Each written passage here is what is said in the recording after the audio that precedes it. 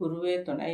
வாடிக்கையாளர்களுக்கும் ஜோதிட ஆர்வலர்களுக்கும் வணக்கம். இன்னைக்கு நம்ம எதை பற்றி பார்க்க போகிறோம்னா, கடகராசிக்கு மாசி மாதத்து பலன் போக போகிறோம். மாசி மாதம்லாம் கடகராசிக்கு எப்படி இருக்குது அப்படின்னா, உங்களுடைய ராசிக்கு 12ஆம் இடத்துலையே தான் குரு பகவான் இருக்கார்.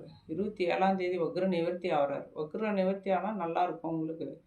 அந்த குரு பகவான் வந்து உங்களோட 4ஆம் இடத்தை பார்க்குறாரு, உங்களுடைய 6ஆம் இடத்தையும் பார்க்குறாரு. 4ஆம் இடம் அப்படிங்கிறது வந்து தாய் ஸ்தானம், அழியாத சொத்துக்கள், சுகபோகங்கள் அனைத்தும் கொடுக்கக்கூடிய ஸ்தானம். அசையும் சொத்து, அசையா சொத்து எல்லாமே கொடுக்கக்கூடிய ஸ்தானத்தை வந்து குரு பார்க்குறாரு. அது வந்து உங்களுடைய நீங்கள் சொத்து வாங்கணும் அப்படிங்கிறது உங்கள் மனசில் இருந்து ஏதாவது சொத்துக்கள் பேசிகிட்டு இருந்தீங்கன்னா அதெல்லாம் வந்து நல்லபடியாக வந்து உங்களுக்கு முடியும். சொத்து வாங்கலாம், கரையம் பண்ணலாம். 6ஆம் இடங்கிறது ருண ரோக சத்ரு ஸ்தானம்னு சொல்கிறது. ஏதாவது நோய் நொடியில் இருக்கிறவங்களுக்கு கூட இந்த குரு பகவான் பார்க்குறதுனால, 6ஆம் இடத்தை பார்க்கறதுனால அதெல்லாம் வந்து நிவர்த்தி ஆகும். நோய் நொடிகள் ஹாஸ்பிட்டலில் செலவு வச்சுருந்தாலும் அது எல்லாமே வந்து இந்த மாதத்தில் வந்து மாசி மாதம் வந்து கடகராசிக்கெலாம் வந்து நிவர்த்தி ஆகும்.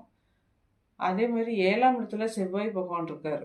ராசிக்கு 7ல் செவ்வாய் இருக்கார். செவ்வாய் வந்து உங்களுக்கு 5ஆம் அதிபதி தான். அது ஒன்றும் பிரச்சனை இல்லை. 5ஆம் அதிபதினா பூர்வ புண்ணியாதிபதி.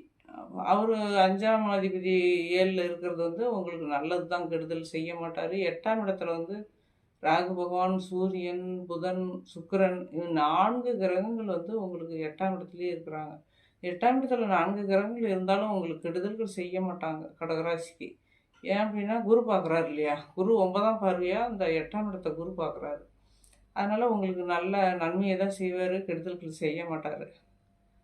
அதே மாதிரி 9ஆம் இடத்துல சனி பகவான் இருக்கார். 9ஆம் இடங்கிறது பாகிஸ்தானம், தந்தை ஸ்தானம் இதெல்லாம் இருக்கிறார். குருவோட வீடாக வருது உங்களுக்கு 9ஆம் இடம். அப்போ அந்த குரு பார்வையில் வந்துடுவார்.